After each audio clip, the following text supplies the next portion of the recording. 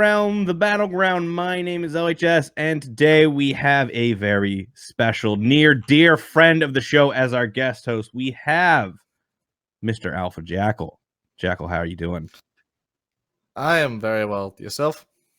I am doing all right. Today marks the first episode of Around the Battleground for 2020. I guess this is season 2, episode 1 of Around the Battleground.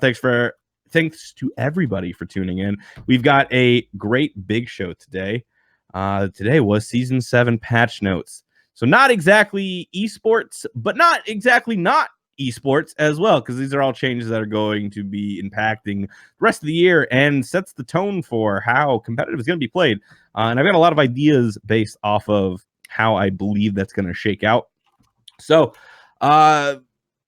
Jackal, did you end up watching the entire show, or did you, like many of the other smart people in the room, did you just read patch notes? I did both. I read patches and I also watched the entire show, just in case they gave some insight to some of the changes that they didn't do on the notes. Wow, what a teacher's pet you are. There were a few things that I was wondering about, and they might have answered that, but I just could not have bothered waiting that entire amount of time to sit through to wait for one item. So I might go back through and watch a VOD or something to see if they do touch it, or maybe you caught it for me. But there's a lot to get through. We're not going to talk about skins. That's not what we do here. We don't care about that. That's for the casual shows. We want to focus on the item changes and everything like that. So let's just start at the top. I don't want to talk about bug fixes because that's, hit or miss, whatever those are. Let's talk about, let's see, what's the first thing? Conquest of game mode changes. All right, so looking at patch notes, we have they've added a new objective in the jungle, the jungle shrine. The shrine gains a stack for every 3 jungle camp monsters your team kills, up to 7 stacks. Attacking the shrine consumes 1 stack and rewards each player in your team with 5 gold. 3 quick basic attacks will clear the shrine of all stacks. Each team's shrine cannot be attacked by enemy players, and clearing camps in the enemy jungle will contribute towards your shrine stacks, but at half the rate. The big theme for season 7, and you could already see it start here, is they don't want you going into the enemy side of the map as a jungler or as anybody else. Am I wrong in thinking that's the stupidest fucking design decision in the world for them to focus on? I don't think so, considering throughout Smite's history, it's always just come back to an invade meta every single time. No matter how much they do to try and prevent it, it will always go back to an invade meta. I mean, you saw the changes last season, like even midway through the season, where they reduced the amount of gold you got from taking a camp in the enemy side of the jungle. That didn't really fix the issue. That didn't really stop people from invading, because the whole thing was going to be, it's not you taking the experience from yourself, it's you denying the enemy experience. It's you denying them that farm, that gold, that extra farm on the map.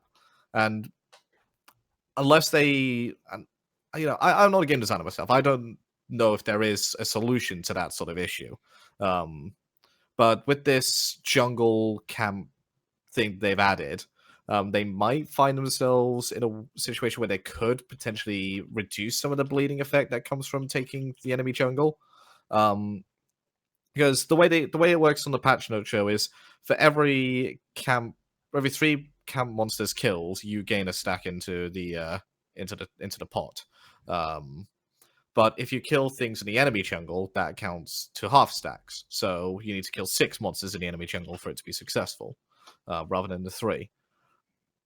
I think if they want to truly combat the invade meta and reduce the bleed coming out from stuff getting invaded, what they need to happen is, right, you've successfully invaded, you've denied them that experience, you've denied them that gold, that's good, but you've cleared stuff in their jungle, so they're going to get a stack onto their pot. Just to help try and alleviate the bleeding and not make the invade a complete, one-sided thing of, all right, they got the invade, they got absolutely everything, and then also double jeopardy, you can't get anything yourself. Mm-hmm. But that's never the point of the invade meta, and it's the only thing in Smite that we have like other MOBAs. So other MOBAs you can deny the enemy team farm.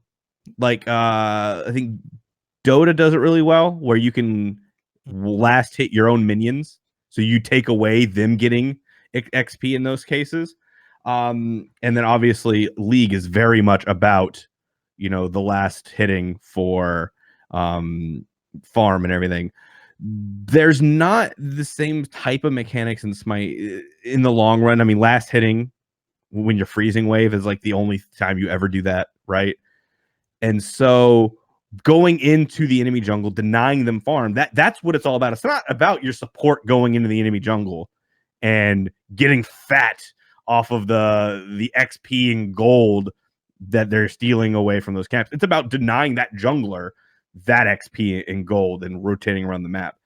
So effectively, you're targeting those things. You're implementing things into the jungle to prevent people from doing that, but you're not addressing the reason why they're doing it. They're still going to do it to deny you of that farm, even if they're not getting anything of it. That was the whole point of putting the support in there. If your support's 4 levels behind, who cares? Especially with the catch-up mechanic now, your support is still going to be able to ramp up. It doesn't matter if your support's behind 4 levels if you've also put their jungler behind 3, because that's the trade-off, which was always there. If you could put their jungler behind and make them less impactful, if your support's behind, who cares? You have a fed jungler just going around terrorizing the map. Yeah, it's ridiculous. It feels like too much hand-holding. I know people don't like the invade metas. I understand that. But that's just a part of like any competitive game, I feel like the way you get rid of that is to make, honestly, at this point, the map has to be bigger. That's the only way that you can prevent invades, because the map right now is too intimate. There's not enough to do. There's not enough to spread you out across the map. Your support can just go do, and you can be down, quote unquote, down a player who's just, you know, fucking off, like just wanking, faffing about with the enemy jungler, right, the entire time. And then you can't punish that. There's no way to do it. And so they're targeting all these changes, and it's a feels bad thing at a certain point. I don't like mechanics where like, oh yeah, you can go kill the thing that's essentially the same thing as the other thing you were killing on your side of the map. It's just not on your side of the map. And so you're being punished for having good rotations and good map awareness to being able to go into the other side of the map. That feels really bad if you're a good player. Thing is, you're not punished for doing it still. You're still rewarded for doing it because you still get some gold, you still get some experience, you still put them a bit behind. It's just not as egregious as it was before. And to go back to your point about making the map bigger, I think what they've done on the duo side of the map, on the Gold Fury side of the map, is they've actually made it more difficult to invade onto that red buff. They made it more risky to invade onto the red buff with the changes which they've done to mid harpies. So for those of you who haven't watched the patch note show or seen the updates to the Conquest map, the Fire Giant side mid harpies is still the same. But the Gold Fury side mid harpies, they've been split into 2 separate camps with a wall down the center. So each mid laner has their own, well, each map side has their own sides of the mid harpies. And those mid harpies are now baby harpies rather than elder harpies. So they're a lot easier to kill, worth a bit less, but that's what you get for having like a safe, secured bit of jungle farm for the mid laner. And so that path through those mid harpies is no longer there. That's blocked off by a wall. Which means it's more difficult for junglers to make that rotation, mid laners to make that rotation through the mid harpies to go for the red buff. It's a lot more difficult to invade onto that buff now. Yeah, I don't know. I don't know that it is in practice that much harder. All that it's gonna do is make you prioritize junglers with leaps through walls and everything. Like Camazotz is going to be a first pick, first ban jungler because his clear right what he's able to do.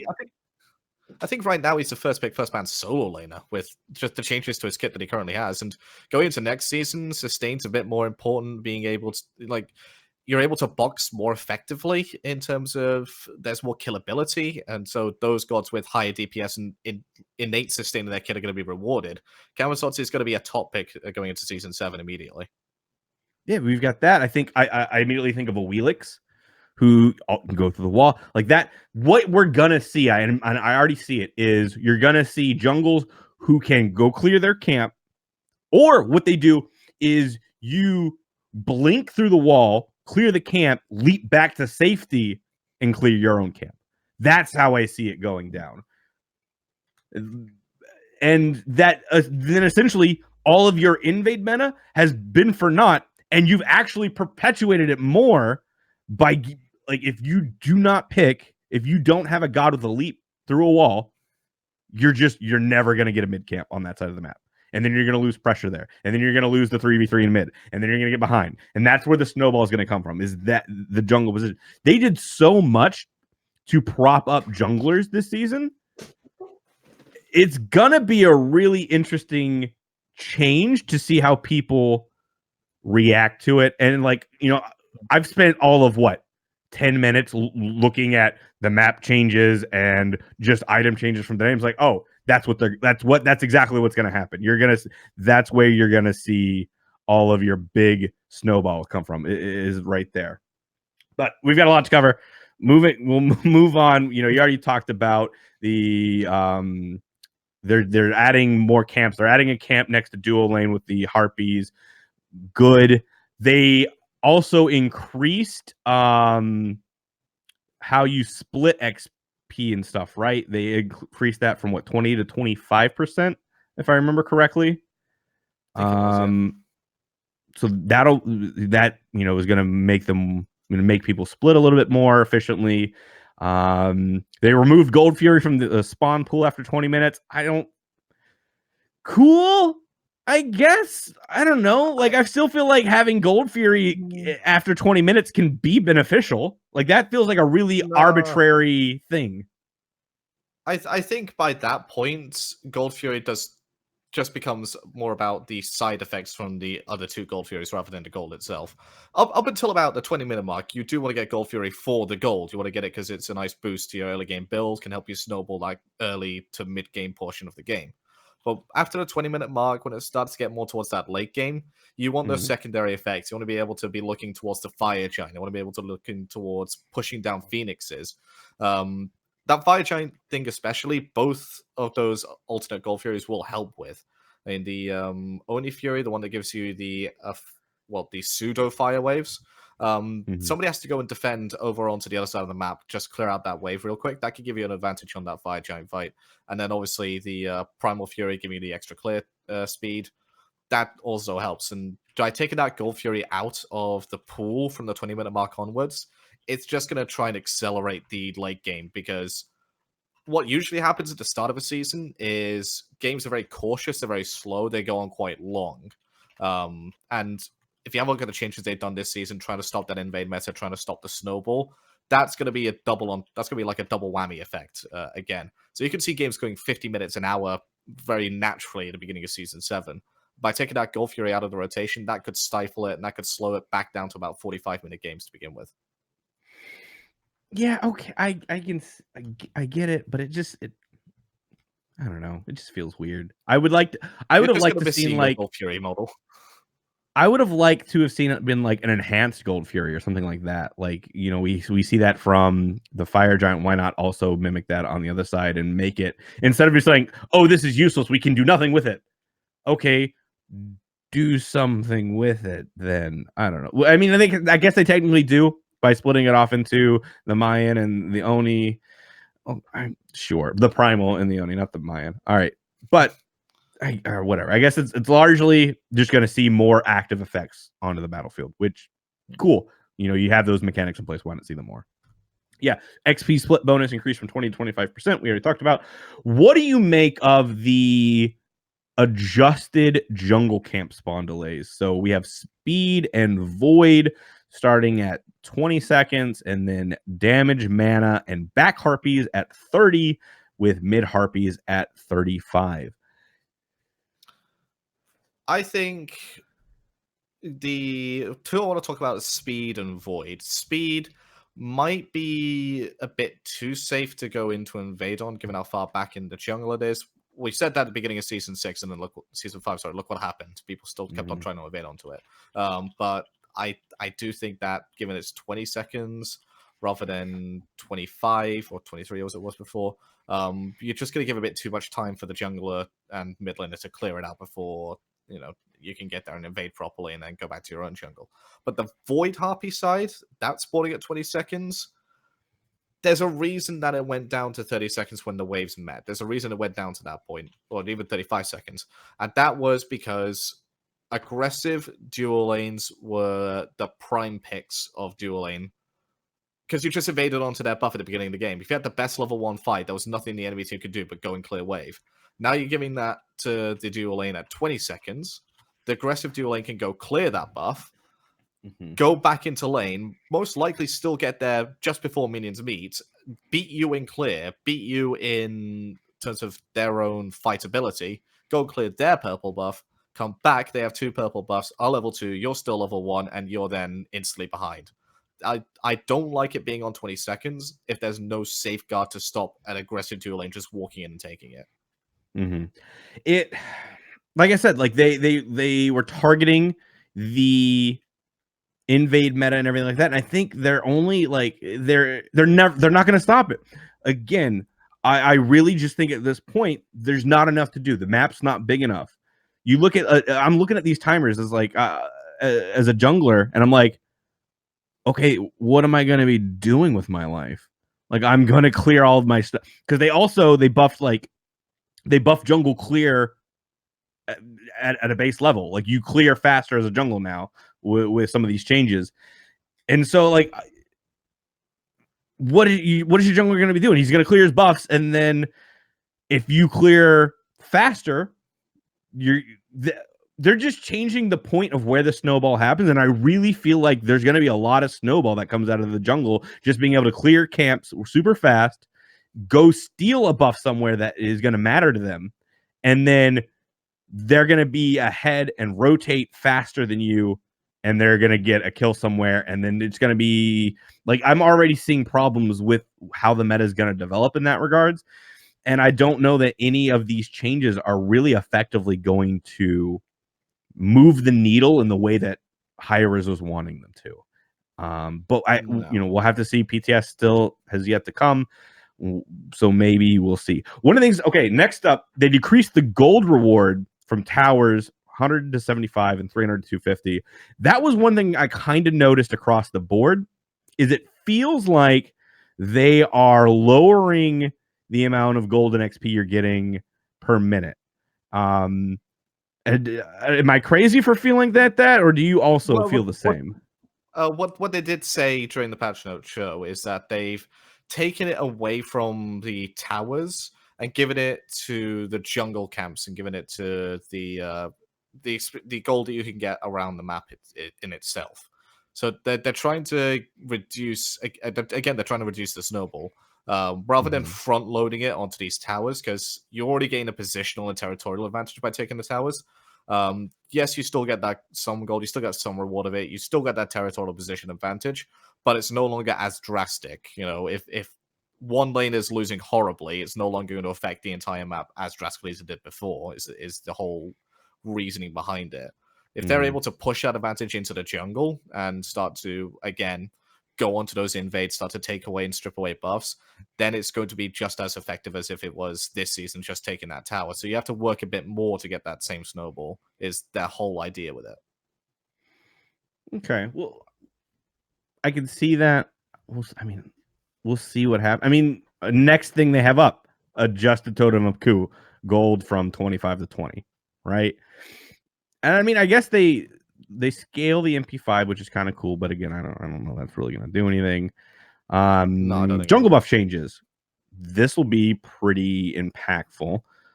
Blue buff removed flat 20 MP5, and now grants plus 2 MP5 per 10% of missing mana. How impactful is this going to be for solo lane? Quite impactful, especially to those gods that require a lot of mana to spam their abilities and bully in lane.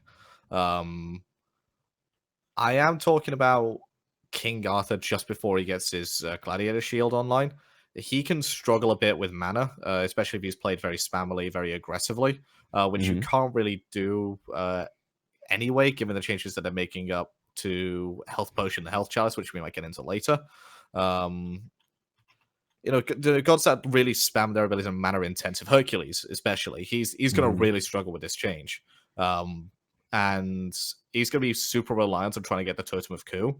And again, going on to Totem of Coup changes, I don't believe it's going to be a good thing for the game because it's already loaded onto the first one or two Totem of Coups, the ones you want to get, and after that, it's irrelevant. Who cares? Your mid lane has finally got some MP5 online, they can survive mid lane. You got your blue buff and glad shield, and you're unkillable at this point. So lane, who cares?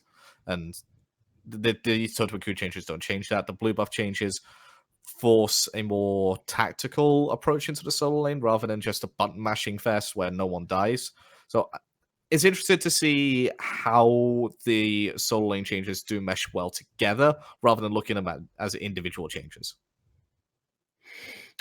Very well said. I'm excited to see what that'll offer. I know one of the things that they were trying to move into was just like solo laners moving back to solo island and them actually being able to kill each other. So Yeah. do you think that this moves the needle on that and makes like are we gonna see season 3 slap fights again? I think if you look at it as just a blue buff change, I can say no if that was the only change made. If you're looking at all Mm. the changes together, as if to say, all right, Glad Shield doesn't heal as much if you hit multiple gods. Totem of Coup is a bit more scaly. Blue buff changes reduce that. Health Chalice and Health Potions don't stack on towards each other as well. Some new items coming into the game, some item changes as well, especially to Mystical Mail. That's going to be a big one for the solo laners. Going down to 2450, I think it is. Losing a tiny bit of health and trade off. Big buff to that item, in my opinion, but we can get into that again a bit later. Mm-hmm. You have a look at the changes together, and solo laners are going to be a bit more wary of their positioning, a bit more wary of their damage taken, damage dealt. And it's no longer just, I'm going to fight you because I have health charts and health potions and you don't. All right. Moving on to the next buff is the red buff. Remove 5% power bonus versus enemy gods. Thank God.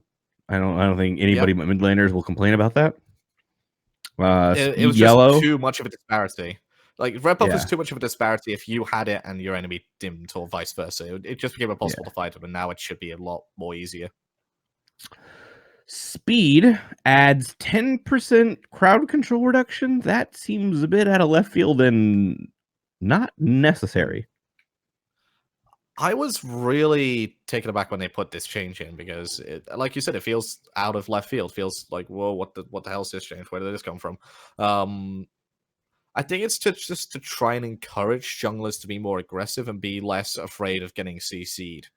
Because, in the early game, you do see junglers play it very safe, very passively, and only go in when they've got like a guaranteed kill, irrespective of having that CC or not.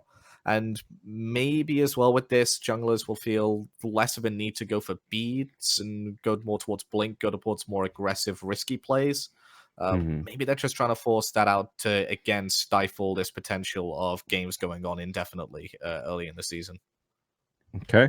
Next up is purple buff. Removed +2 protections reduction per enemy god within the aura radius. Removed 5 additional protections reduction. Added 10% attack speed. They really just kind of went all in and said, fuck Guardians this patch. I mean, for those who didn't really pay attention to the changes they made to purple buff midway through the season, or even like the beginning of the season, purple buff was OP. It was the strongest buff on the map outside of red buff by a country mile. There was nothing that beat red buff with that extra 5% against gods, but now that's gone. Like it's anybody's ballgame. But void buff was really, really strong, and the fact that the effects stacked if you had multiple of them meant that the invade onto the purple buff was really, really impactful in the first two spawns of the purple buff in the early game. Because if you had your hunter and your guardian on it back when dual lanes was a thing, when this buff was before it was changed, it was just impossible to deal with. You just took too much damage because they were doing true damage to you. That still ranked true towards the late game team fights. It actually felt like the support had a buff that they almost needed to have to help take down the impossible to kill tankier targets. But now it's both a Guardian and a Hunter buff in some sense, in the fact that, yes, the attack speed is something that the Hunters want, but it still provides a flat protection reduction, which the Guardians are going to want, because they're the ones that are going to be there and them shaker things in the middle of everybody to provide that aura reduction. Okay. It'll be interesting to see how it all culminates together. I agree with you. I think most of the time when I was playing solo, right, I would go grab the purple buff once the game went on later, because that was just way more valuable for me, and you could do a lot more damage. So it feels like they are trying to put the focus back onto the duo lane and the jungler. And so that in and of itself is going to really shake up how the meta is formed, especially now that they've boosted XP splitting to that 25% mark. I think you're gonna see your support. Your support is either gonna go all in on invade and they're never gonna see anybody, or they're gonna be very tied to the hip to somebody. One of the other changes that we're gonna see is to Guardian's Blessing, that they remove the MP5, they remove the +7 health and mana restore per minion assisted, and now it provides 7 HP5 and 7 MP5 while within 60 feet of an ally god, and it lasts for 10 seconds and refreshes duration when near an ally god. So Guardian's Blessing becomes only viable if, Guardian's Blessing is only on Guardians. You're not going to see Guardian's Blessing solo anymore. That's just not a thing. And you're going to see, they're trying to really railroad the duo lane. And let me get your opinion on that. Do you think it is a smart idea to take away the flexibility of Smite and the roles and force it into this more rigid, you have to be 2v2 in the duo lane? I don't think that they're not getting rid of the flexibility entirely. They're just trying to say that what I believe these changes are trying to do is they're going to the new players and players that don't really understand Smite at a high level, a clear direction to go into, one way you can't really go wrong if you play it. So that they're giving like this blueprint of, okay, if you're a jungler, you should be over on this side of the map more often because you have to clear this, you have to clear that, you have to clear that, and you can sort of get an idea of where you need to go. With Guardian's Blessing, if you're the support, you pick that up and you say, oh, you have to be around people to get this aura buff.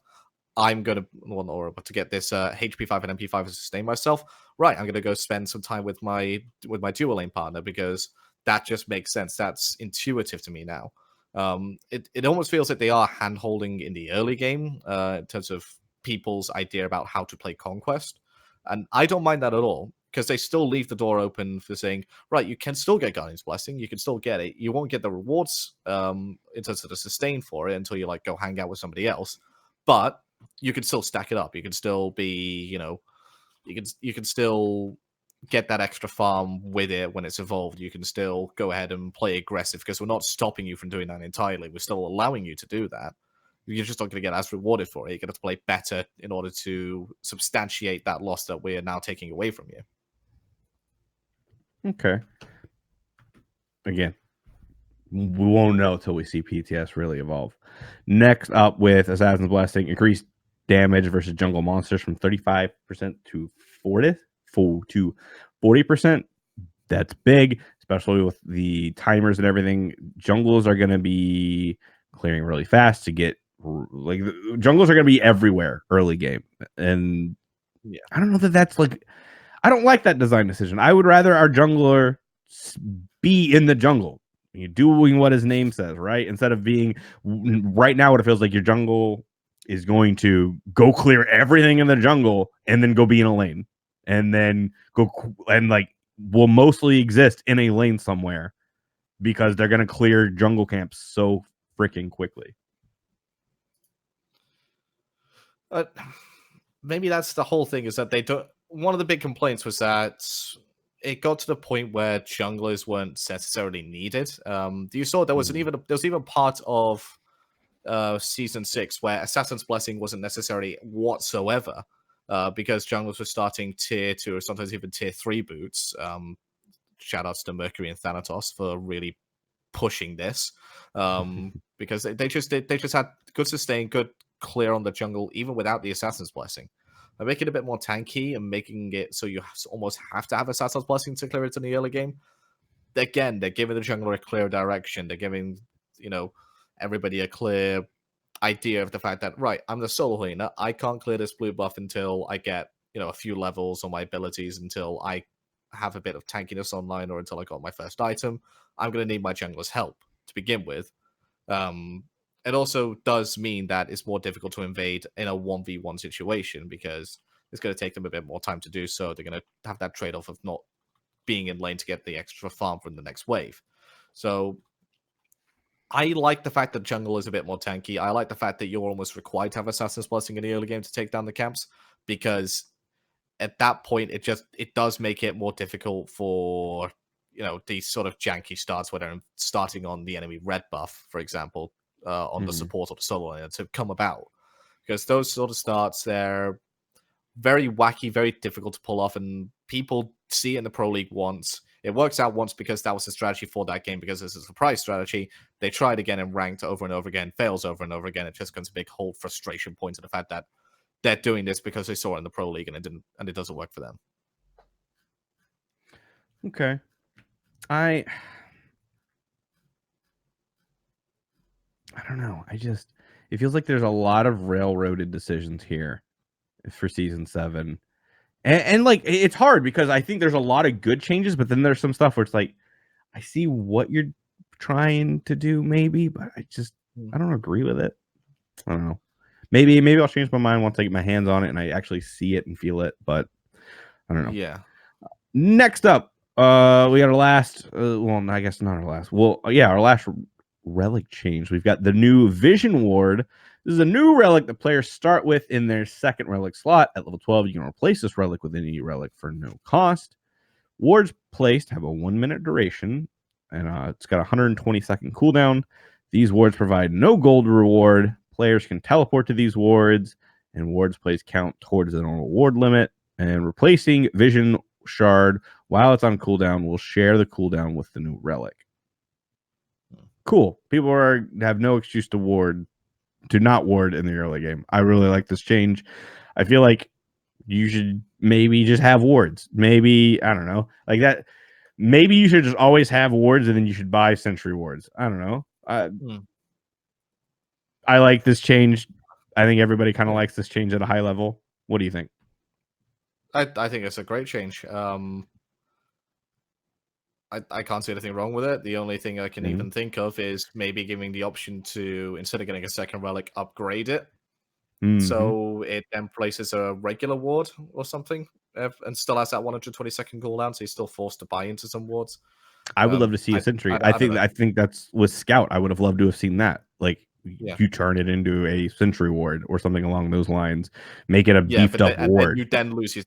And then you lose your second relic slot for it, so it's a big trade-off. But then again, that's the only thing I can think of. But overall, great change for the game. Great change to, again, get people more used to doing the correct things in Conquest, which is what I feel the whole point of Season 7 has been, is to get people, I'm going to take that phrase, for shoehorning them into like the correct way of doing things in Conquest. Right.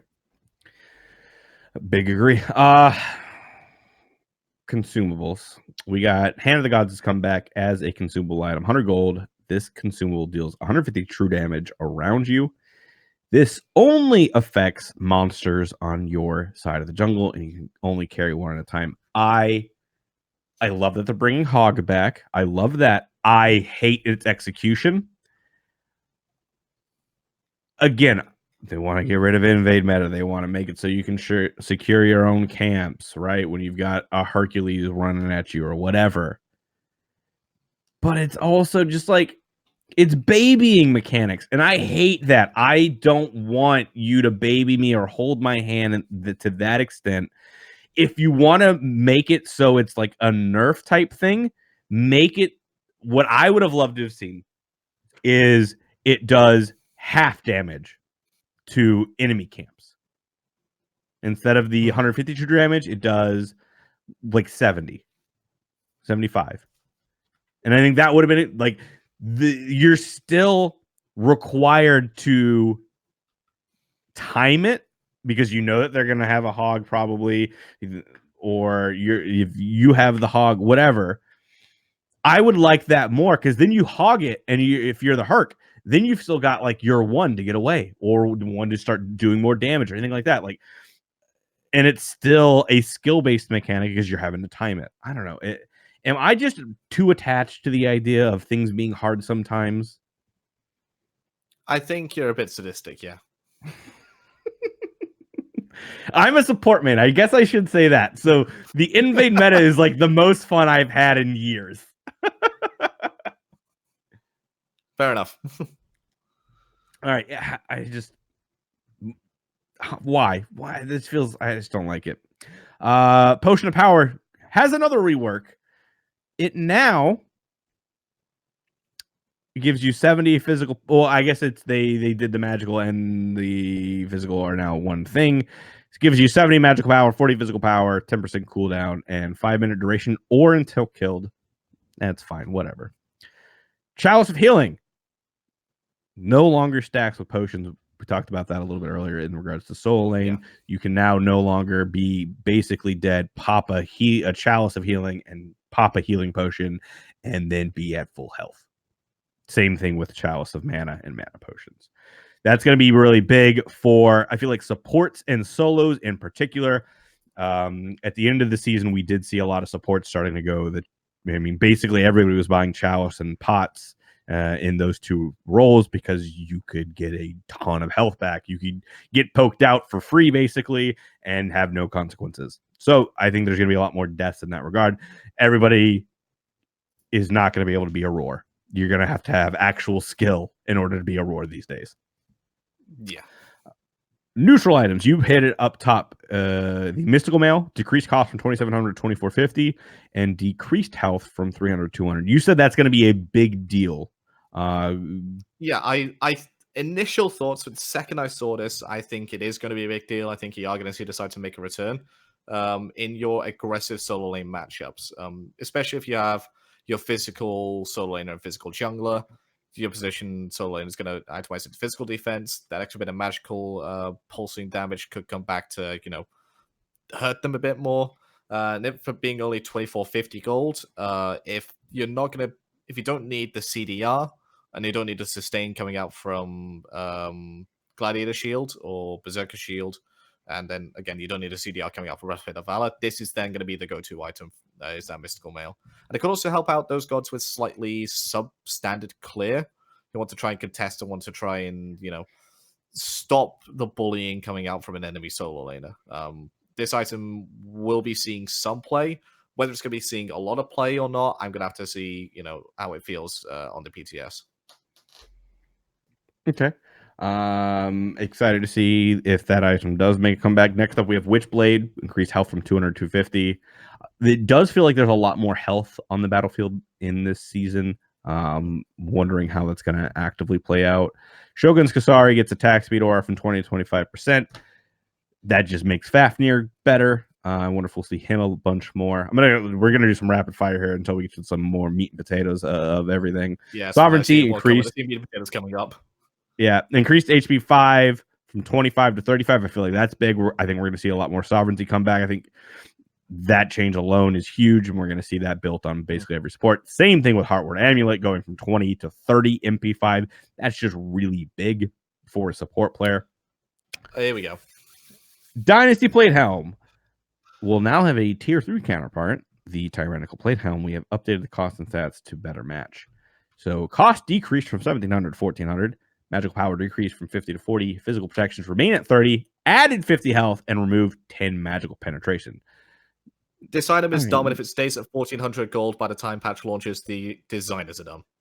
Why is this item done, AlphaJackal? Because you can buy it immediately out of base with one of each potion and be basically unkillable in the mid lane because you have 30 protections and 50 extra health, whilst also having a whole load of magical power, 40 magical power, This item is dumb. If it stays at 40 gold, stays at 1,400 gold, buy it, buy it, buy it, buy it, buy it if you're a mid laner. Cabrakan immediately becomes first pick, first ban terrorist of Smite at this level. Guardian solo laners say hi. I forgot about those as well. Yeah, it's gonna be stupid. They need to change this item.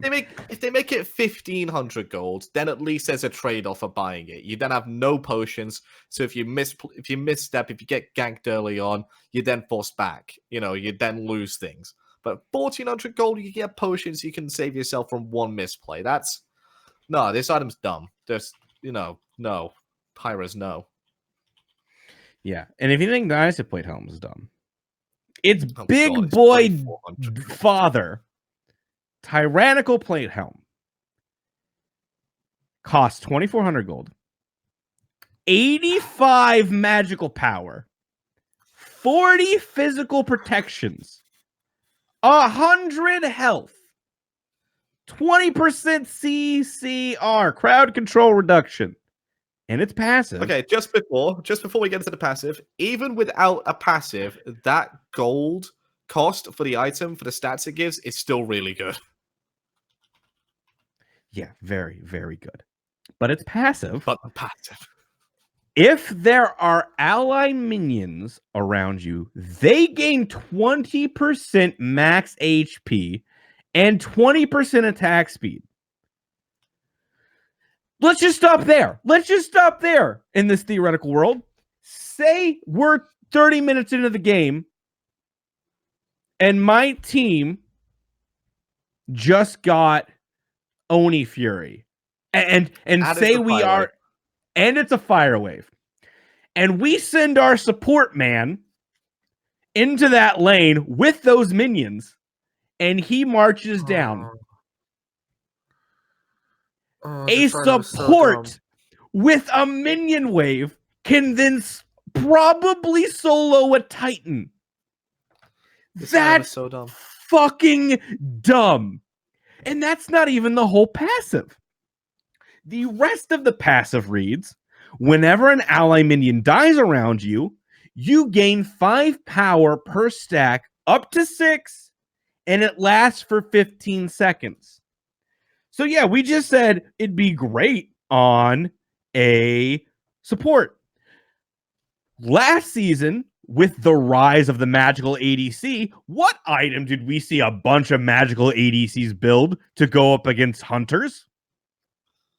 Dynasty Plate Helm. What is Dynasty Plate Helm now built into?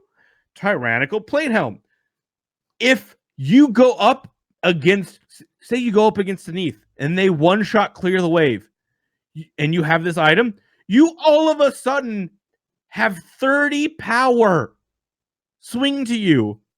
You one-shot their wave, and then you have 15 seconds to clear their wave and box/kill the enemy hunter. This is fucking broken on aggressive supports, solo guardians, Baron solo might be broken with this. I don't fucking know. And then mage ADCs broken. This item is stupid. I'm thinking of, what if I put this on Hell? So not only do they attack faster have max HP, but I'm then healing them up some more. Good lord. Yeah. So that's how do you, we were talking if you about? have minions, if you're a Hell ADC or Hell anything, and somebody leaves your lane, you just get tower for free.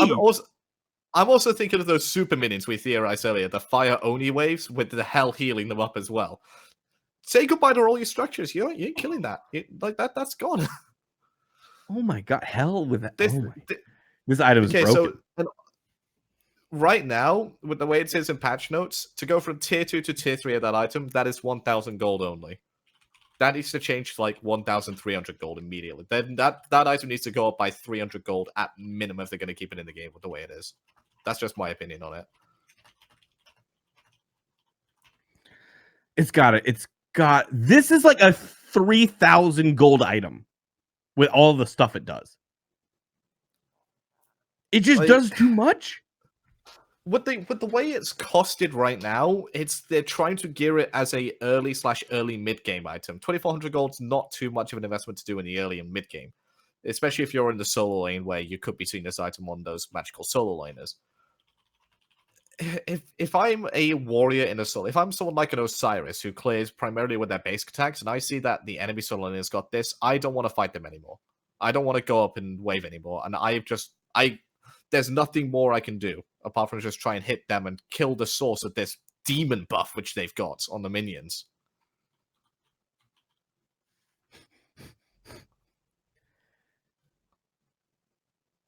Who thought this item was a good idea? I don't know. I like that they're trying to do stuff with the minions again. Motivate was, an ancient thing from Smite. It was one of the first, things that got removed from the game because it was so broken. And it's just like a dumbed down, lesser version of it because it's no longer like a permanent buff. You have to be around the minions for it to work, and it's no longer tied to a relic, and you don't turn people with you don't turn their minions on them. So it is more of a dumbed down version of it. But again, you have to cost it accordingly. I hope that the PTS cycle that they've got is an extended one, which it usually is in the beginning of a new season, because items like this, you can do all the testing you want internally. It's when it gets into the hands of the general public, it's when it gets into the hands of, the high-level theory crafters, the ones that are playing this game professionally as well. With all the SPL teams almost being announced, there's only one left to announce. I think it's Space Station that still hasn't announced. With all those SPL teams, they're going to be playing and practicing and scrimming on the PTS when it comes out. They're going to find ways to break the game immediately, and this item's going to be top of their list. Yeah, 100%. There's no way this item survives. Moving on. We there's still so much to talk about. Reworked Stone of Fall. Cost increase from 2,300 to 2,600. Increased magical power from 70 to 100. That's important. Magical protection remains at 40. Cooldown reduction remains at 10. New passive. You gain 20% of the magical protections of the nearby allied god with the highest magical protections within 70 feet. Okay, so let's say it's a support. They're going to have around 200 magical protections. You take 20% of that. It's 40, so it goes from 40 to 80 magical protections. If you want 80 magical protections, you can get a Pestilence. If you want a high magical power item with some protections on it, this is going to be the way to go. Because Voidstone is sort of a bit iffy these days, and there's no really other choice. I like it. I think it fits a certain niche now in terms of, you still have some magical protections. You gain a bit more if you're around your support in the fight. It rewards the support for staying around you and vice versa. Don't think it's going to be too popular. We'll have to see. Maybe. We'll see. The next item, however, broken. Ring. How do they pronounce this one? Is this Hecate? Hecate, yeah. Hecate. Ring of Hecate. Cost 2,600. 80 magical power. 20% attack speed. 12% lifesteal, and it's passive. Hitting enemy gods with basic attacks gives you 1 stack of 2% lifesteal. Stacks up to 5 times stacks, lasts 5 seconds. So we have a ring that now gives lifesteal. You know what my immediate thought of this was? My immediate thought, it wasn't Freya. My immediate thought was Poseidon. We already saw a lot of Poseidon last season. We saw a couple different variations of Poseidon, one of which was Poseidon ADC. The more fun and the more, I think, now viable option than it was last year, even though it was viable last year, don't at me, is Jungle Poseidon. Ring of Hecate makes Jungle Poseidon fucking broken because it gives him access to lifesteal and still all of the attack speed and movement speed in the world and power. And they added pin to fucking everything. Poseidon Jungle is going to come zooming his ass through the jungle, cracking you, whirlpool you, and just murder you. This is dumb. They have completely given up to our mage overlords in season 7. So not only Poseidon, sure, within jungle, Poseidon in the ADC role also broken with this. Any mage ADC is now so overpowered that hunters may as well not exist. I'm thinking you might still not see this item as much as you're expecting, simply because Bancroft's Talon is still the superior item. You gain a whole lot more magical power for it. Your lifesteal is still exuberantly good with it. I don't know. I also think for 2,600 gold, it does give you everything you want as a magical ADC. Don't get me wrong, and it's crazy that this item is actually in the game now, and it will see play. But for gods that want to use their basic attacks to just crunch people, rather than wanting to like box out or anything, they're still going to go for Bancroft's Talon, I feel, because just how much power that item gives. But this one gives life. And also the fact that tier 1 and tier 2 of Bancroft's Talon have lifesteal on it, whilst this one doesn't. So you gain access to lifesteal earlier, which means that your sustain in the early, like very early game, is better with going for the Bancroft rush over the Ring of Hecate rush. That's just my thoughts on it right now. I could be completely wrong. I don't know, man. This ring seems stupid. Speaking of stupid things, Charons? I don't know. I think it's Charon. Charon's coin. Cost 2,700. 80 magical power. 20% magical penetration. 20 MP5. Already great item. Passive. Oh. On God kill or assist, a coin is flipped. You gain a stack of 7 HP 5 if it's heads, and if it's tails, you gain a stack of 2% movement speed. Each effect can stack up to 4 times, and at 8 stack, this item evolves. You also gain 1 gold. That's really weirdly worded. Evolution. On God kill or assist, a coin is flipped. If heads, you gain 150 health over 6 seconds. That's really nothing come late game. If tails, you gain 5% movement speed for 6 seconds. You also gain 1 gold. That movement speed is stupid. And again, you know who I immediately think of? Poseidon. You're thinking of Poseidon again. Poseidon again. Like, this is for those masochists or like just stupid crazy. This is for all of the people who play arena full movement speed Poseidon and just press 2 and zoom around the map. Is this a competitively viable item? This item seems so weird. I'm not so sure in it being competitively viable. Maybe just because, yes, it's 20% magical penetration and 80 magical power, but it's for 2,700 gold. It's an item you want to build early to get those stacks on, because it's on a god killer or assist rather than on a god killer assist or like a major chunk objective as well. The big redeeming feature of this item is the fact that you can gain 8% movement speed permanently with it. Because don't forget, before it evolves, those things are stacks, which means those are permanent. So you can gain 28 HP 5 and 8% movement speed permanently. But that's at 8 stacks. And if you are desperate, and you want the movement speed more than HP 5, by far. So if you're desperately unlucky, you have to wait for all 8 stacks to come through before you gain that 8% movement speed. At which point, you probably know if you've won or lost the game. Because you're building this later on, because it's 2,700 gold. Right. I don't know. I think I like the idea of what they're doing for this. I like the fact that it's an item with 20% magical penetration on it, so it's something you can build to ramp up. I just feel like, but the item passive itself, what they're trying to go for with the design of the item, they need to bring some of the stats down and reduce the cost to make it a viable item. Because it's too expensive in its current state to warrant getting that passive onto it, in my opinion. Yeah, I don't necessarily disagree. I don't know. This item is going to be weird, and I'm excited to see more of this item. I don't know if I can talk about this.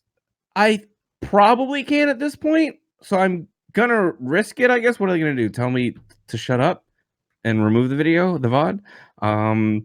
When I was working at High Res as an intern, I got to sit in with the esports team and work on Discordia. It was really fun. It was a really good behind the scenes look at it, and some of the stuff that was pitched actually got put in Discordia. But one of the things that we talked about with Discordia was to make her like a chaos mage and her to have these effects that seemingly happened at random, kind of like the coin thing. So you would inflict status effects and it would be different based off of like not RNG mechanics, but like certain timing mechanics. So like if the seconds was on a 1, it would do this, or a 2, it would do this, right? So stuff like that where it would be random but not really random. And so that was a really cool idea that like AJ was really excited about, but it was like, how the fuck do we implement that in like a god design or something like that, right? Yeah. I'm really happy to see them revisit that in a way with this item because I think it's a really cool concept and it opens the door to do more stuff like this. I loved the masks when they came out. I want items that give me a big bonus but can also give me a negative, right? I get this big bonus, but it makes me weaker in some regards. And I like the idea of the coin. Like I can risk buying this item. I get some good stats. I could get a really good status effect, or I can get something that's like, I barely even notice this there. I like the idea of adding that. It's not going to be competitive, but it'll be fun to play casually. And that's important too. Like no matter how much we love competitive Smite, we also got to remember like there's also an entire casual scene out there. We also just straight up removed Shaman's Ring because reasons. Well, it was because it says right there it's mathematically weaker than Spirit of Desolation in every single category, every single way. The only thing it was better than Spirit of Desolation in was cost. That was by 100 gold. That's it. That's the only thing it beat Spirit of Desolation in. Every other regard, you got Spirit of Desolation over Shaman's Ring, or you're an idiot. That's essentially what they've removed it from the game because. Or you were Poseidon. Or you build both.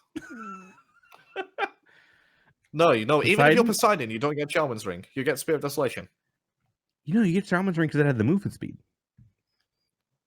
And you want to go zoom, zoom, zoom when you press the 2. They removed the movement speed from it. Did they? Oh, yeah, then to hell with Shaman's Ring. Who cares? Moving on. Shoes of Magi. You don't buy Shoes of Magi anymore. That's what they effectively did. Decrease cost from 1,600 to 1,550. Removed the penetration and increased the power from 55 to 75. The penetration was literally the only reason you bought this item. Shoes of Focus is now better in every regard. You don't need the power. People are going to have prots and make your power useless. So Shoes of Focus with its cooldown is better. All right, so the shoes of the Magi were called pen boots before. What do we call them now? Power boots? Power boots. Yeah, power boots, cooldown boots, and speedy boy boots. That's what they are. All right, well, Obshard's next up. And it's a bit of a doozy of a change. They added 10% magical penetration to spell focus and removed its passive. And then on Obshard, increased cost from 2,300 to 2,550. That'll be changed to either 2,500 flat or 2,600 very quickly. Because for whatever reason, they hate anything's in with 50. They want it to be a flat 100.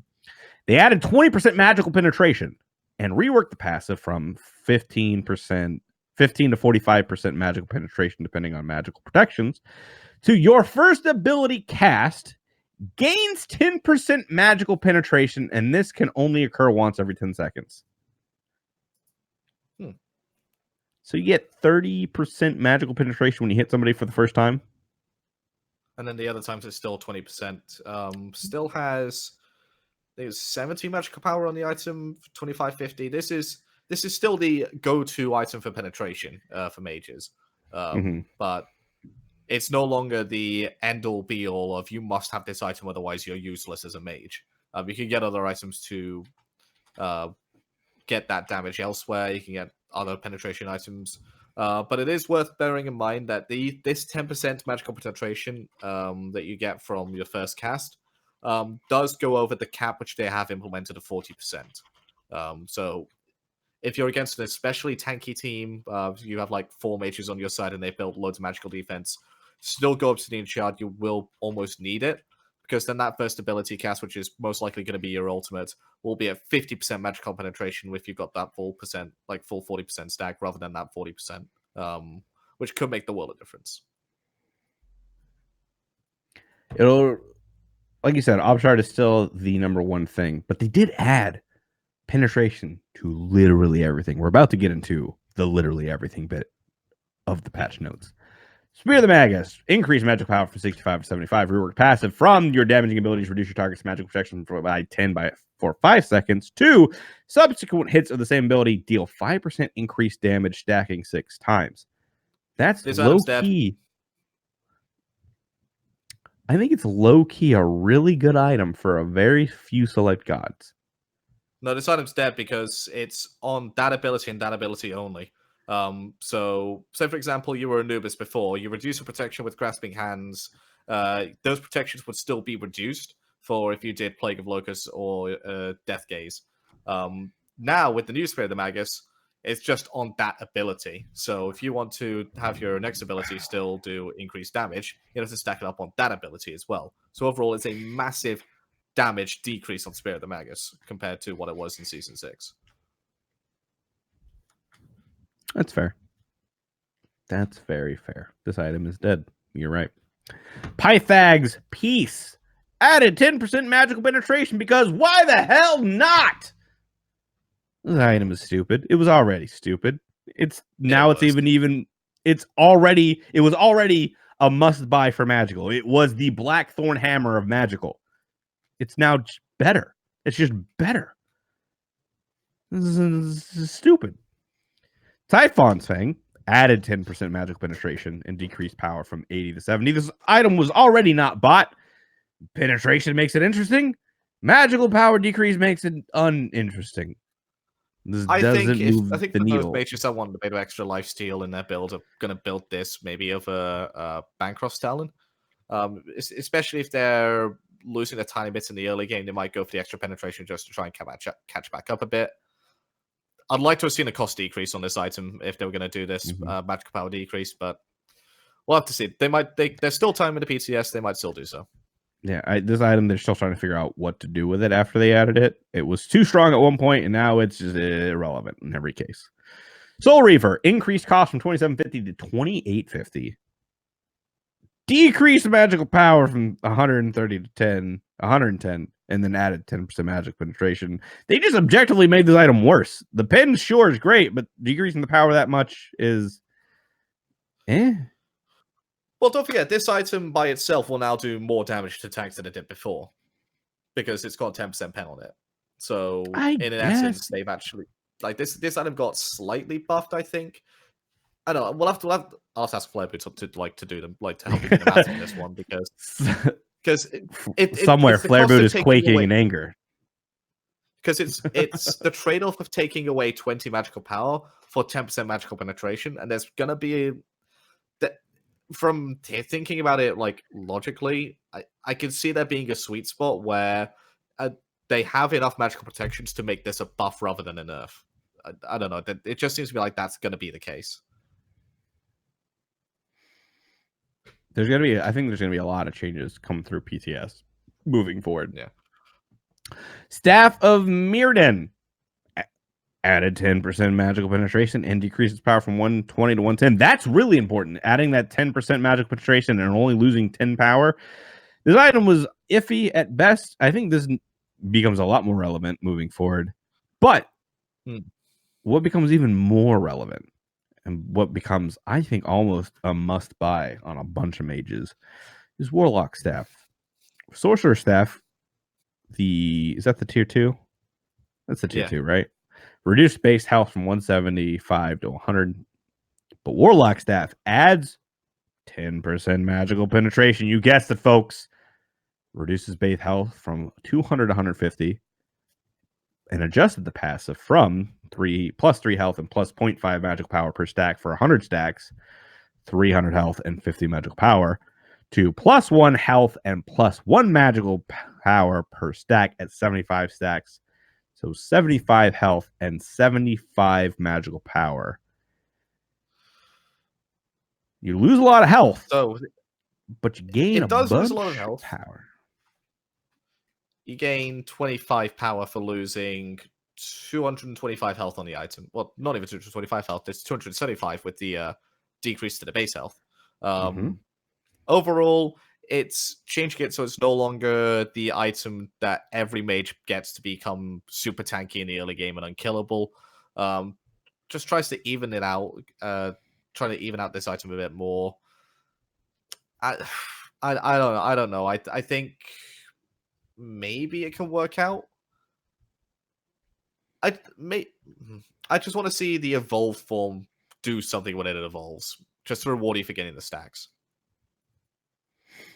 Evolve Warlock Staff. Due to the changes to Warlock Staff, this item now provides 140 magical power, 225 health, 200 mana, and 10% magical penetration.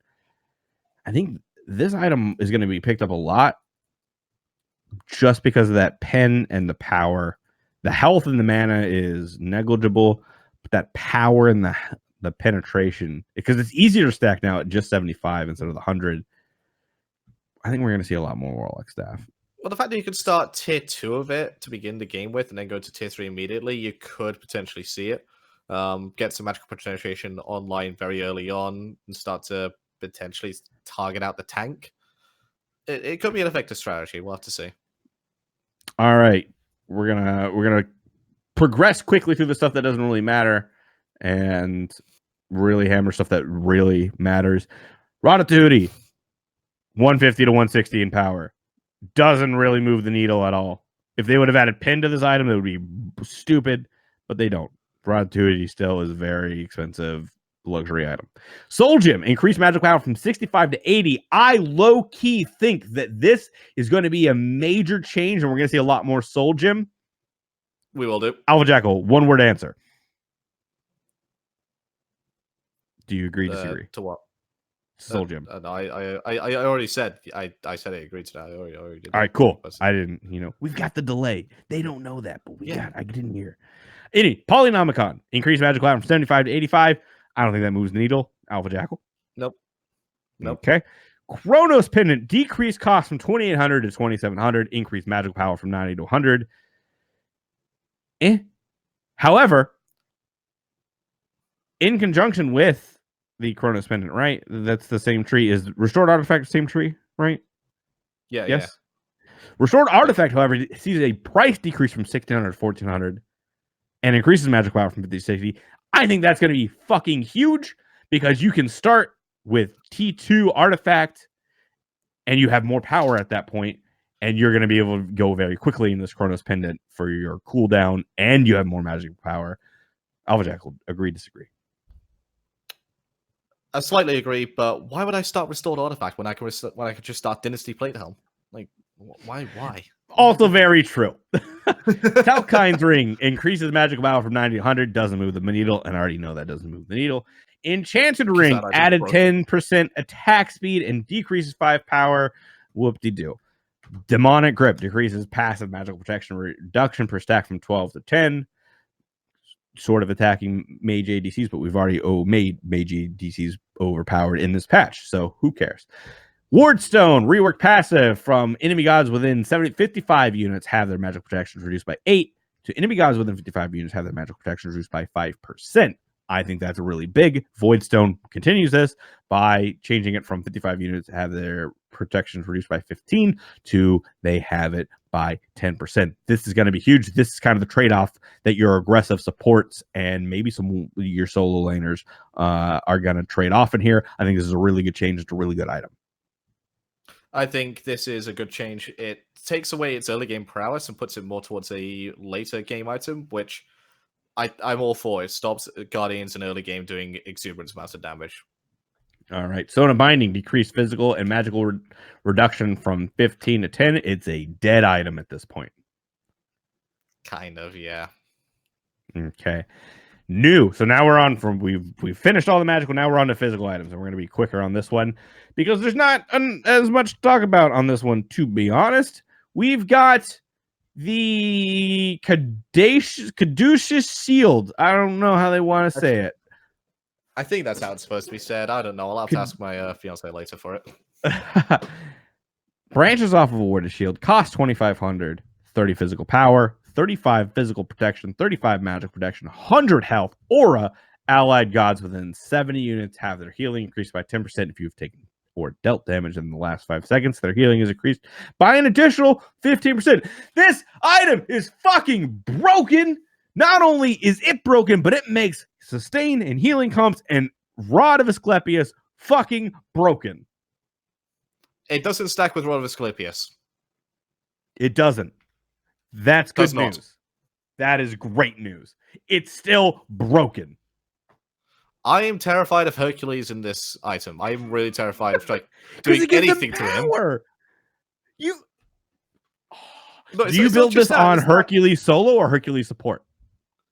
Hercules solo, because if anybody steps to me in lane and I get my heal off or my mitigate wounds, I'm back to full health instantly. This item is fucking stupid. It's fucking broken. There's nothing else to be said. This item is going to be super fucking fun in PTS, and it's going to be It's going to be amazingly fun. I can't wait. New item, Cursed Blade, costs 1250, 75 health, 10% attack speed, and 5% movement speed. Builds into Toxic Blade, Witchblade. It's cool, neat. Gladiator Shield, reworked passive from only triggering one ability to subsequent heals after the first from a single ability, only heal for 50%. Does this kill the solo laner? Does this kill the King Arthur? Not really. He can't go spinny, wow into the team fights, but during the laning phase, it's still good old King Arthur, good old unkillable. But yeah, during team fights, it's going to be a lot more difficult for King Arthur to sustain and be in the middle of everybody, which is a good thing.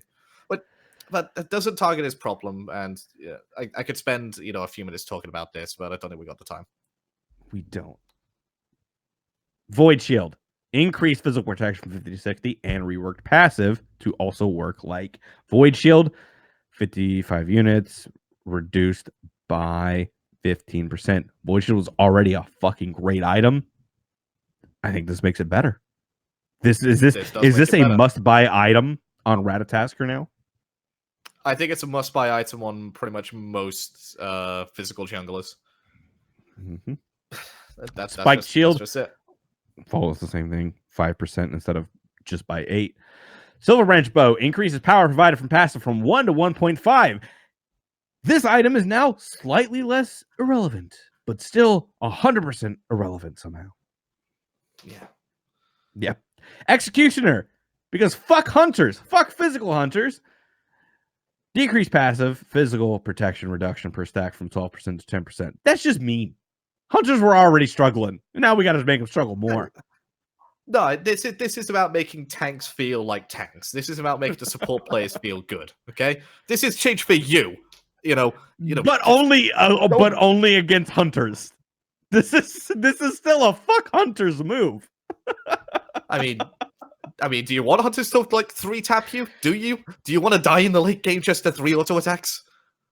Yeah, you're right. All right, Warrior's Bane, decreased percentage protection reduction from 15% to 10%, and Titan's Bane, decreased base physical protection reduction from 15 to 10, and decreased max physical protection reduction from 40 to 35. Again, fuck hunters. Everybody, ADCs have had it rough for assassins. Yeah. Hydra's Lament, decreased additional damage after base attacks from 50% to 40%. Still a great item. I think it's still going to see a lot of build. This is bringing it more in line, but still super good item, and you want to build it on. It's still super good. Fuck Loki. Poison Star, increased physical power from 20 to 30, and Wind Demon, increased attack speed from 10% to 15%. This might see some more play. I don't think it will. The Wind Demon change makes me curious for like a crit Silver Branch Bow Apollo, and I like that would really be a interesting edge case. But overall, I don't think that moves the needle, and I don't think these two items see widespread adoption. You want to know what I remember? I remember hunters building. I think it was Death's Toll at the time. Was the Hunter Star's item tier 1 of Poison Star, and then rushing Poison Star because it was so good, and they had to reduce the power and attack speed reduction from it, as well as the power initially on the item. They're half reverting that change. Do we see Poison Star come back as a first build item? Maybe on certain gods. Maybe not. I don't think 30 power is just a bit too low, I think. Yeah. Malice now provides 10% cooldown reduction. Cool. I like Still it. an edge case. Still an edge case. Doesn't really move the needle a ton. If you're gonna go crit, you're already gonna probably get Malice on certain gods. So and I think it still just kind of fits in that same niche. Soul Eater. When this item evolves, it now provides an additional 5% physical lifesteal in addition to the physical power and the ability lifesteal effect. Neat. Cool. I think this makes a Data Remembers Sun Wukong ADC a little bit broken, and it was already kind of good. Yeah. Moving on, we've got the masks. Lonos mask, damage dealt, decreased damage dealt from 25% to 20, decreased healing done from 25 to 20. Okay, cool, decent. Doesn't really do anything. Lonos is still. I hate that those two things are stacked, and I think the item is still pretty much dead. No, I think it's gonna try and pave the way for assassin supports to come back in, because going down from 20 to 25% is kind of what killed off the assassin supports building this item.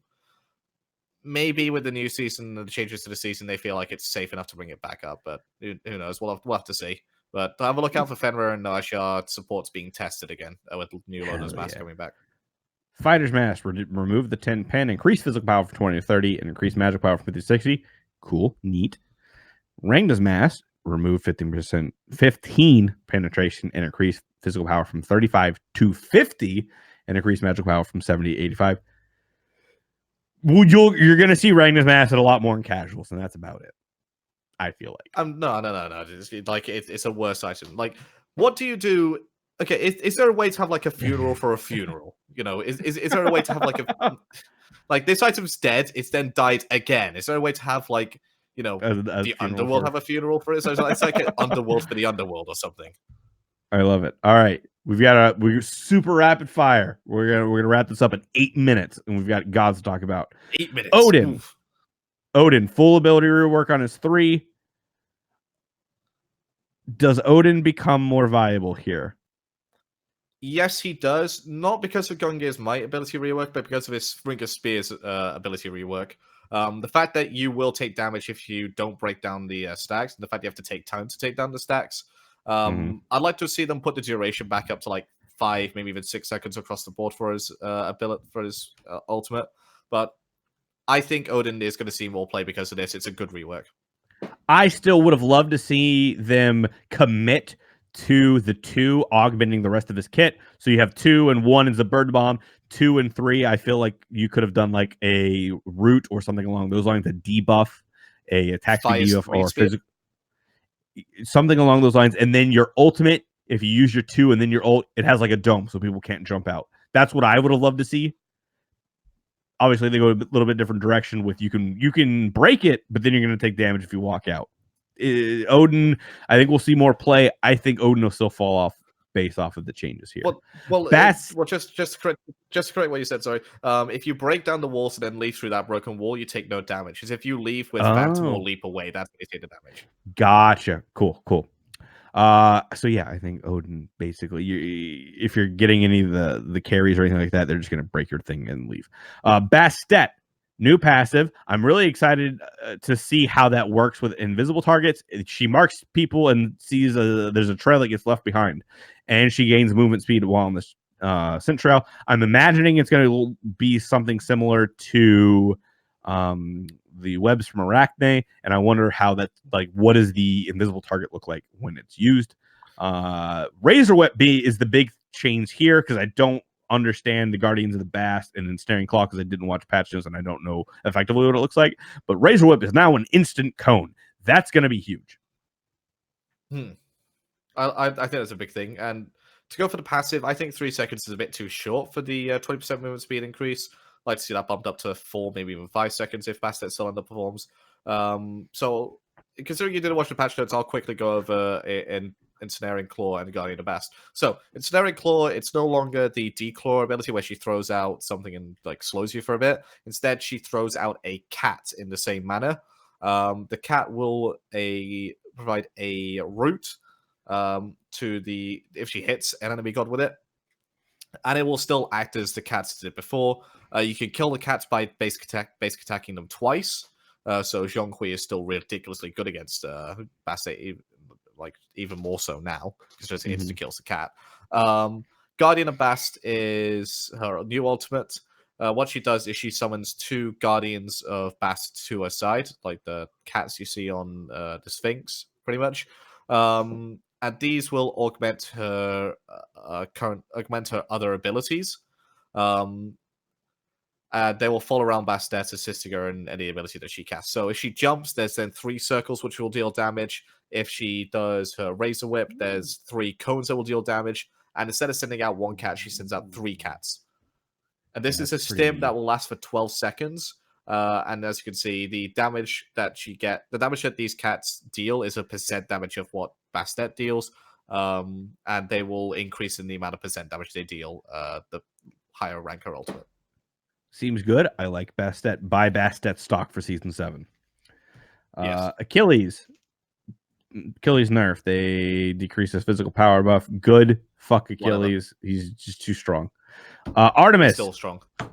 Buff. Increased physical power scaling 40 to 60. Cool. She's still too slow in the early game and she's going to get blown up and you're not going to be able to make Artemis. Maybe with dual aim back, she could see her eyes. Who knows?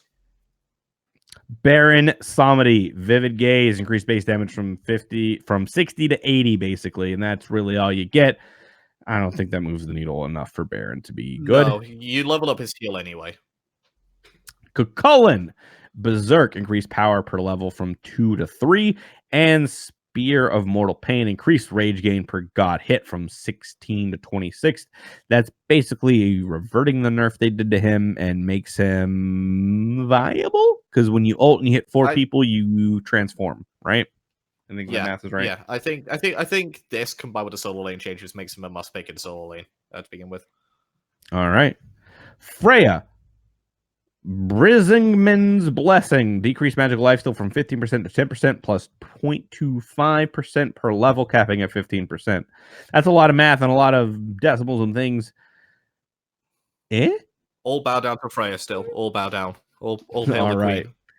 Guan Yu, he attacks faster, 0.9 to 1.2, and increased mana per level from 35 to 39. Woo! Guan Yu still Hades, I really like this change. Base HP from 450 to 475, and increased HP per level from 80 to 85. Pillar of Agony, this ability now provides Hades 10% damage mitigation at all ranks in addition to the protections he gains. This doesn't make Hades a must pick, but I think it makes him viable. Do you agree? It makes him worth considering. He's now one beefy boy in his ult. Hell yeah. Heimdallr, the Vigilant, decreased physical power scaling per stack from 3% to 2%. Decreased physical power scaling from 95 to 85. And through the realms, decreased initial hit physical power scaling from 110 to 90. Heimdallr is not as OP as he was. I still feel like he is very strong, and you still pick him whenever you can. Yes, he is still ridiculously strong, and if you've mastered the art of using the Bifrost, he is a must pick. All right. Isis, Wing Gust, decreased damage from 35 to 115 to 30 to 110. Decreased magic power scaling from 40 to 35% of your magic power per hit. Decent nerf, doesn't bring her down all the way, just the way that her shield and ult works. Still a very good pick, especially even if she drops off from mid. She's a must pick in support if you can grab it. I think this is a good change. Decreases her prowess in the early game through the mid lane. Gives you your opportunity to try and shut her down and put her behind. Yep. Izanami, basic attacks, increase return projectile damage from 25% to 35%. Spectral projection, reduce cooldown from 16 to 12 to 14 to 12. According to somebody's tweet in the Smite community, Izanami is just mathematically better than every hunter if you hit your Autos, I don't think it makes a difference. I think Izanami needs a rework on her 3 to ever be viable. I think this change actually makes her really strong. That extra 10% scaling on the return projectile damage. You outtrade more effectively than anybody else. You take towers If more you hit effectively both, than anybody else. which is still hard to do. It's still hard to do, but it also means you clear wave faster than most other people, more so than before. And I do notice the time as well, so let's just keep spamming these But out. Izanami still doesn't. Izanami still loses to a mage. So yeah, you clear wave super fast as Izanami, and then they just have the tyrannical plate helm, and you've given them 30 power. Izanami still an ADC, still needs to be played in the dual lane. Could be viable given you get more for pushing out the enemy dual lane. Who knows? On to Jingwei. Jingwei. Decreased movement speed buff from 20 to 15% from agility, and a decreased air movement speed buff from 30 to 25. Airstrike decreased landing range from 55 to 45. Definitely makes her less safe and less just less safe to get away from things. Still think she's a very good pick and is still she still covers so much distance with her mobility. Yeah. All right. Nemesis. They increased Swift Vengeance's power scaling from 30 to 35. If I may quote what I said about Guan Yu, woo doesn't do anything for Nemesis. Doesn't really know. Nike increased base HP 5 from 7 to 10. Cool. Rend increased damage from 50 to 170 to 60 to 180. And Barrier Formation increased refire damage from 65 to 285, from 85 to 305. That is actually might be decent buff, and we might see Nike played a little bit more. But the big change here for the physical hunters is Rama increases base movement speed from 365 to 370, and now Astral Quiver. He starts the match and respawns from death with a full quiver of arrows. Astral Barrage has decreased mana ranks to be 80 at all ranks. Rama shoots up the tier list based off of these changes alone. But again, mages are just better as ADCs right now, so it'll be interesting to see how Rama stacks up with item changes and everything. I do want to end on Circuit, so let's just skip over Circuit for now and go to Sun Wukong and Thor because their changes are a bit more minor. All right, Sun Wukong, Master's Will. This ability now applies an attack speed slow along with a movement speed slow. It doesn't even say how much the slow is. Like, what? Yeah, but it applies one. A Somersault Cloud increases damage from 200 to 400 to 200 to 500. Sun Wukong creeping back up. Sun Wukong's already good, and he got buffed. Yeah. So I think Sun Wukong is going to be a really good solo pick. And now that Awesome Jake is in the SPL, going to be a really good support pick. Thor, Anvil of Dawn, increased cooldown from 90 seconds to 110 to 90 seconds. Decent, but doesn't really kill off Thor. Thor's still really good. No, Thor's still really, really strong. And last, we've got good old Circuit. Deathbane, decreased damage from 60 to 140 to 50 to 130. And Last Breath, decreased damage and added physical power scaling. 180 to 660 to 140 to 500, plus 55% of your physical power, and you still do true damage. Am I wrong? Or in this nerf, did they buff Circuit? No, they did not. They explained this on the patch notes, and they said in order to deal more damage with Circuit, you have to build at least, I think it was 350 physical power. So you have to commit to a full damage Circuit build to deal more damage with Last Breath, otherwise you are dealing less damage with it. They have nerfed Circuit across the board. I am so happy. Support Circuit is dead. She is dead. She is gone. She's out of here. No more support Circuit. I like this. I like this a lot. See, I disagree. I don't think it's dead because Circuit, you're still doing true damage. You're not doing as much, sure. But you're still offering control. You're grabbing somebody, you're either getting beads, and then you're applying anti-heal. Right? I don't think this kills the Circuit support. I just think it makes Circuit jungle really fucking good.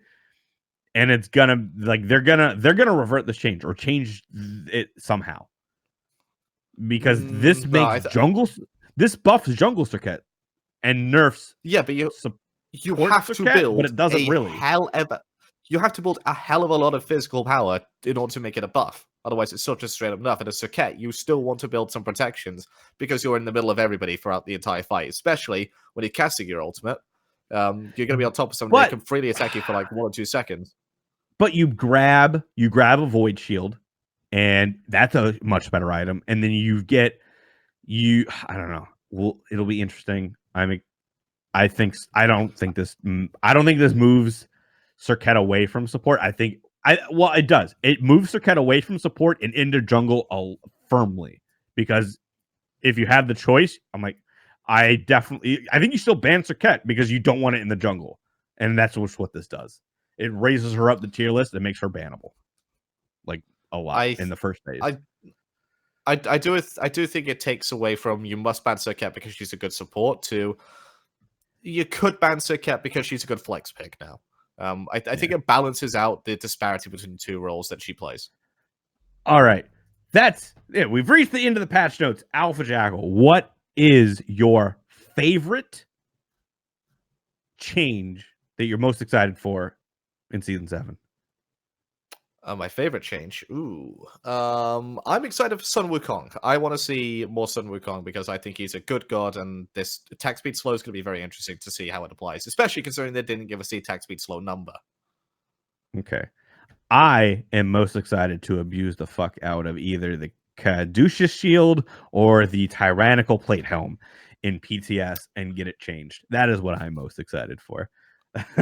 All right, that's it. We're done. This show is over. It's gone too long. Thank you, AlphaJackal, for coming on the show. Really appreciate it. Love having you on anytime I can. Thanks, everybody, for watching. That's it for Around the Battleground. Next week, I think we're going to have an interview with Kurt Weekend Shrey, and that'll be a fun time. I always love talking to him, and we'll get his very candid opinions on whether Smite pros should be solely responsible for making Smite content.